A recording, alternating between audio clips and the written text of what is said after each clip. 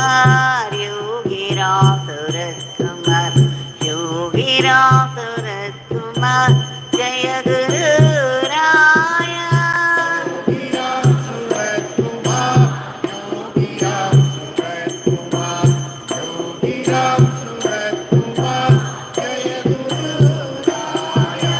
யோகிராம் சுரத்குமார் யோகிராம் சுரத்குமார் யோகிராம் சுரத்குமார் ஜெய குரு ராயா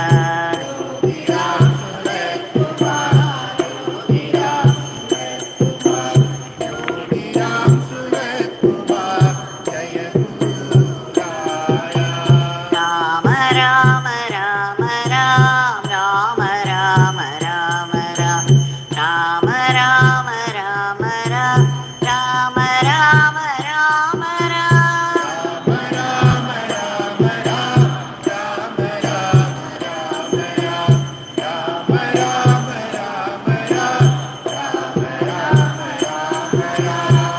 ராம ராம ராம ராம் ராம ராம ராம ராம் ராம ராம ராம ராம் ராம ராம ராம ராம்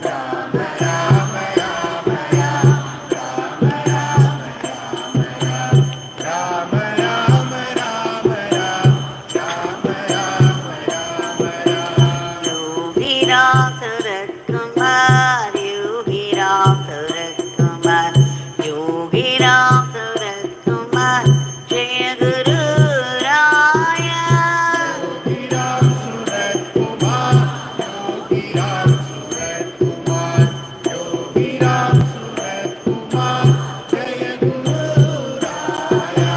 யோகிராம் சுரத்குமார் யோகிராம் சுரத்குமார் யோகிராம் சுரத்குமார் ஜெய குரு ராயா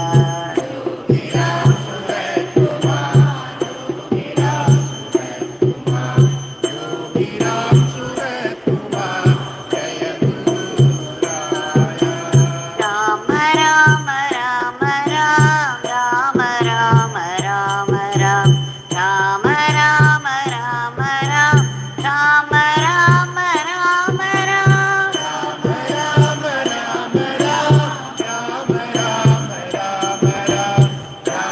Rama Rama Ram Rama Rama Rama Ram Rama Rama Rama Ram Rama Rama Rama Ram Rama Rama Rama Ram Rama Rama Rama Ram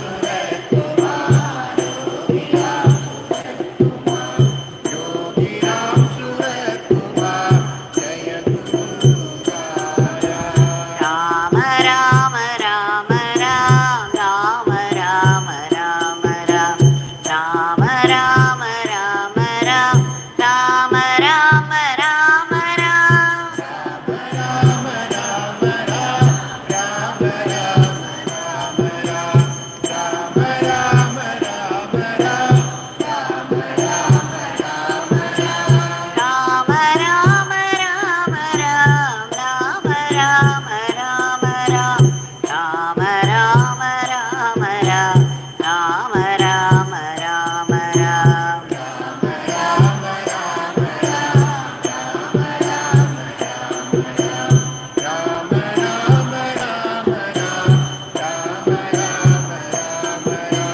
Yogi Ram Surat Kumar, Yogi Ram Surat Kumar, Yogi Ram Surat Kumar, Jai Guru Raya.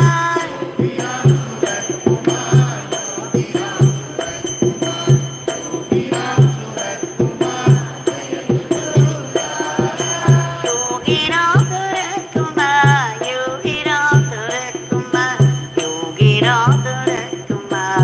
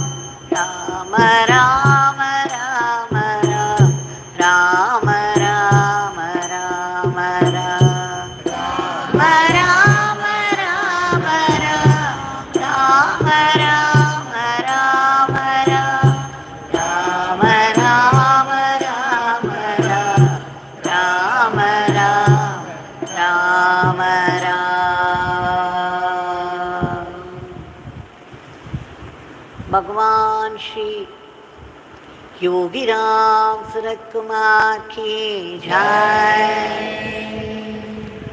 सर्वं योगीराम सूरत कुमारार्पणमस्तु।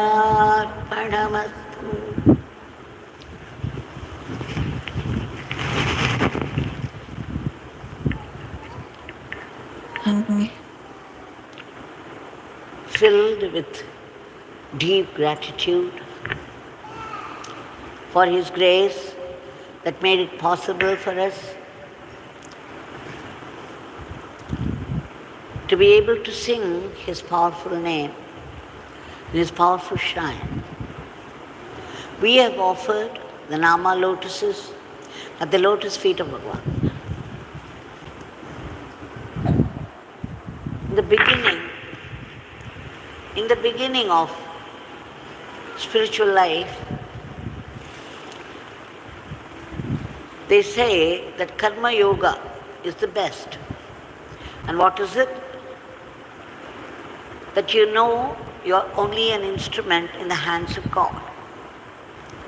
And every karma that you do in the spirit of service to the Lord, the spirit of surrender to the Lord, becomes dharma. And what does it do? It purifies you. It gives you chitta shuddhi. So it is in the beginning, people are very restless. From the tamasic state, we go to the rajasic state, and in the rajasic state, we are very, very restless. You cannot sit in one place even for 5 minutes. The body would ache here and there, and the thoughts would be racing through the mind. And your body would be begging you to get up and walk around. So, in that state of restlessness, what is prescribed is work, seva. And that seva, you should try to do with joy, because you are doing it for your Guru and God. And so you do it with joy, without any jealousy, without any competition, and with gratitude. So as you go on doing it, you slowly develop this knowledge that it is He who is activating you to do it. And as the knowledge dawns, it begins to purify you. And then comes the Jnana Marga.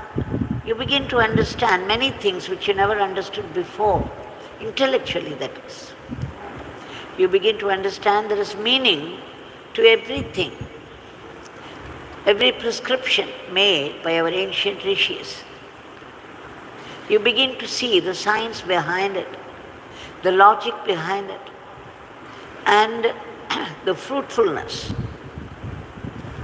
This is only an intellectual knowledge, and yet it is knowledge nevertheless.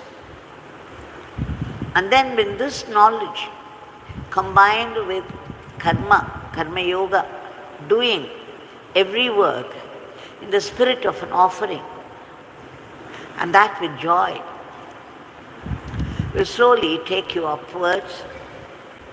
And then the knowledge, the intellectual knowledge, becomes very deep. How? You begin to contemplate on it. This contemplation is dhyana. So dhyana yoga starts. Your knowledge deepens now by concentration and a certain purity that you have developed already.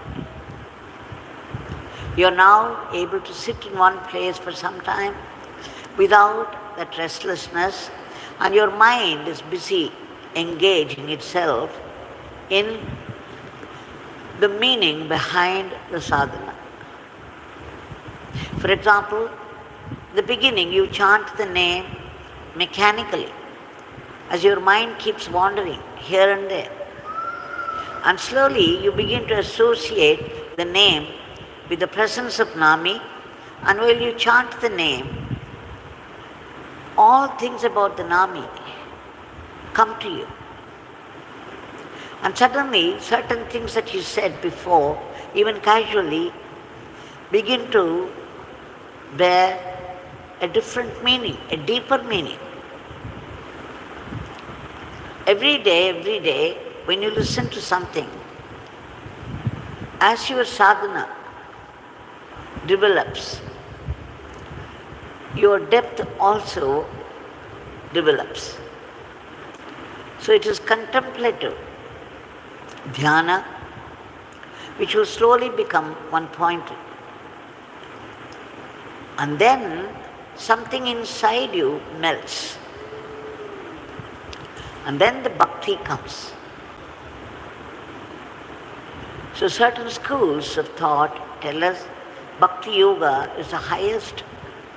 You can label it in any way. It is knowledge combined with pure love for God. Unless you have the knowledge, how can you develop love at all? How can you even seek God without having some knowledge about Him? And this knowledge comes in satsang.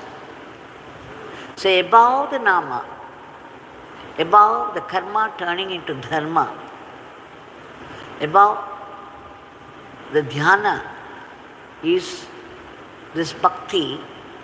Ramakrishna Paramahansa calls it jnana misra bhakti. It is at once jnana and bhakti. And that becomes more and more pointed. At the very mention of God, your eyes fill up. Something melts deeply inside. So, it is very important even to do Atma Vichara.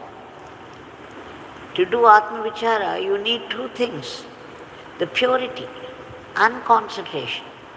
Many of us develop concentration even in worldly work.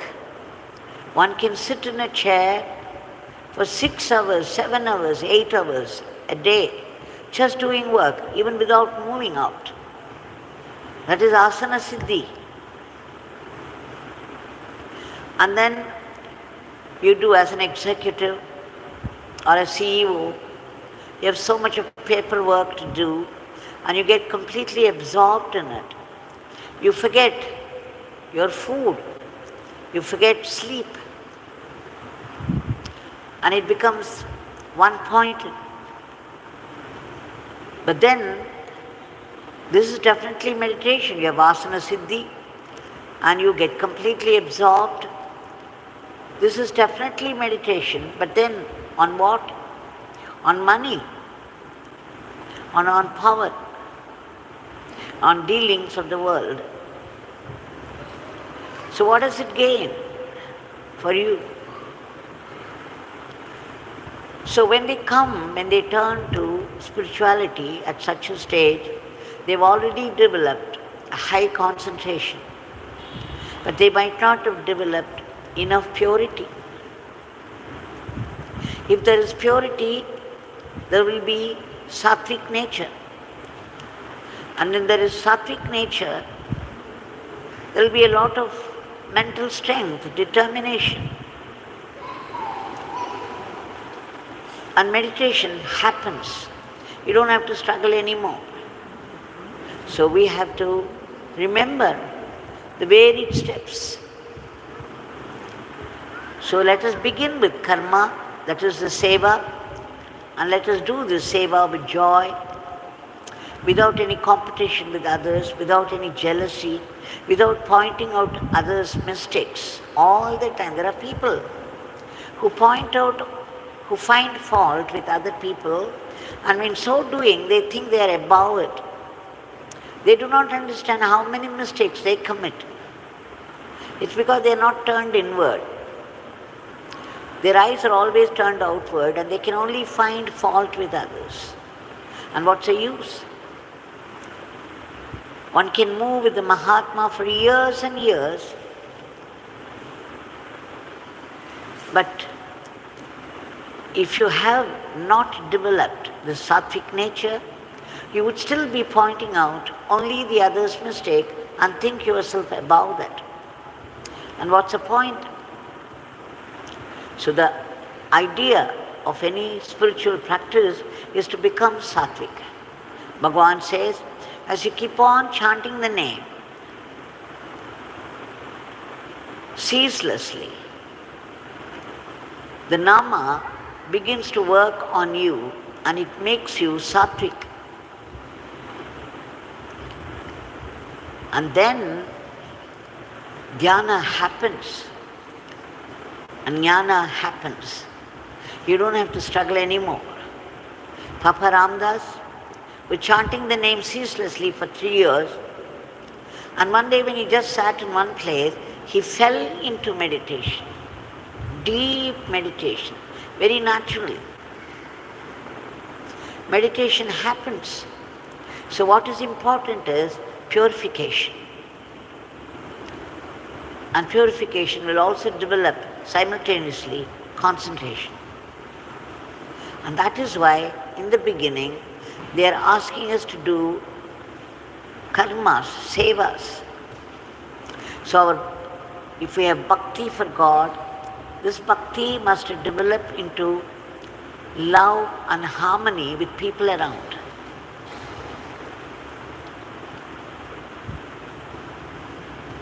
That in turn will develop your seva attitude with gratitude.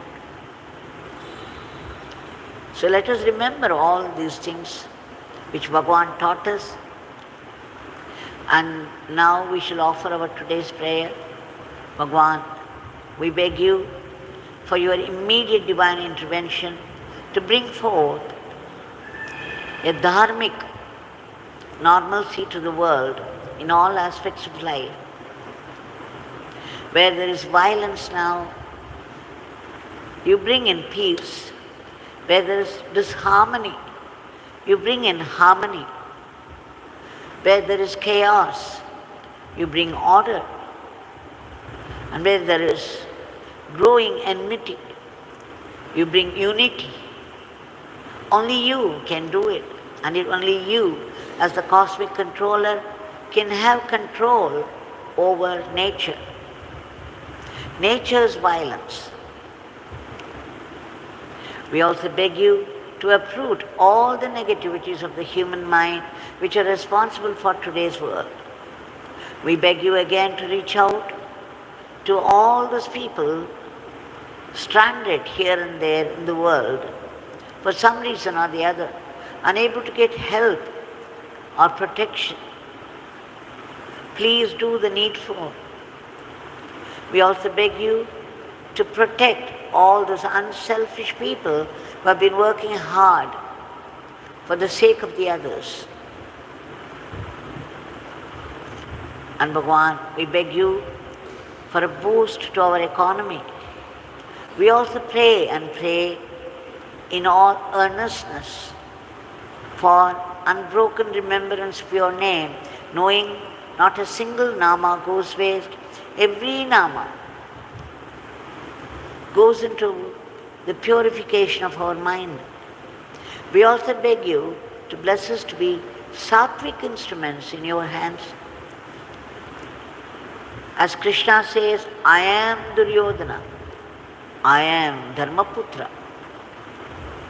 So we can be a Duryodhana or we can be a Dharmaputra. Let us beg Bhagavan to bless us to be sattvic instruments. And Bhagavan, please bless us to run our everyday life as an offering to you. From the time of getting up to the time of going to sleep. Whatever we think, whatever we speak, be it good or bad, and whatever we do, let us keep offering them to Bhagavan, even verbally. At the end of the day, just before you fall asleep, you tell him, Bhagavan, the whole day, whatever I thought, whatever I spoke, whatever I did, I'm offering to you in all totality. I'm offering myself to you.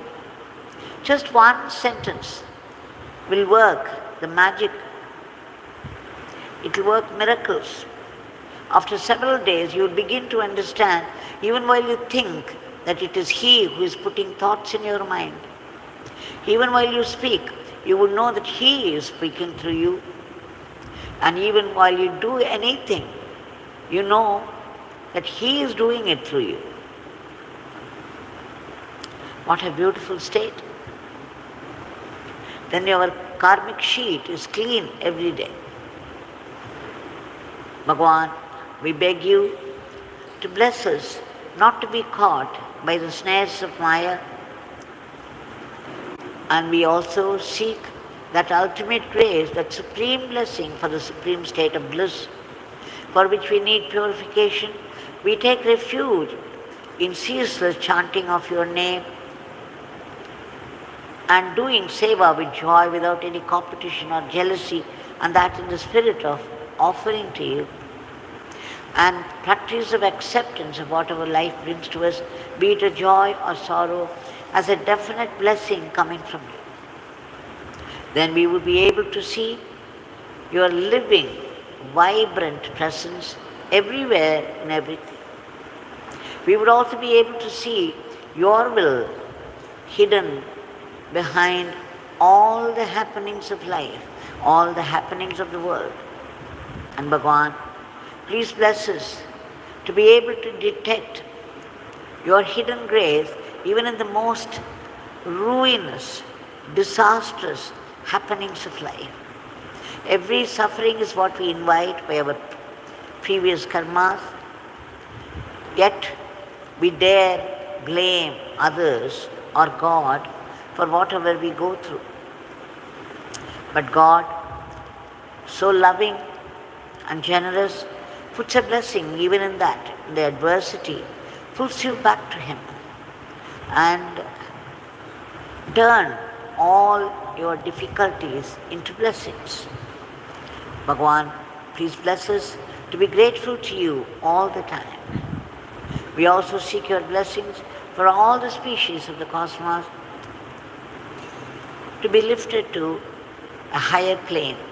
And finally, we seek that liberation, that enlightenment, that freedom from the vicious cycle of births and deaths, that freedom from the tyranny of ego, I and mine. So we be blessed with eternal, immortal life, an eternal servitude to you, our very dear Bhagavan, Shri Yogi Ram Sarat Kumar, that supreme eternal power. Jai Yogi Ram Sarat Kumar.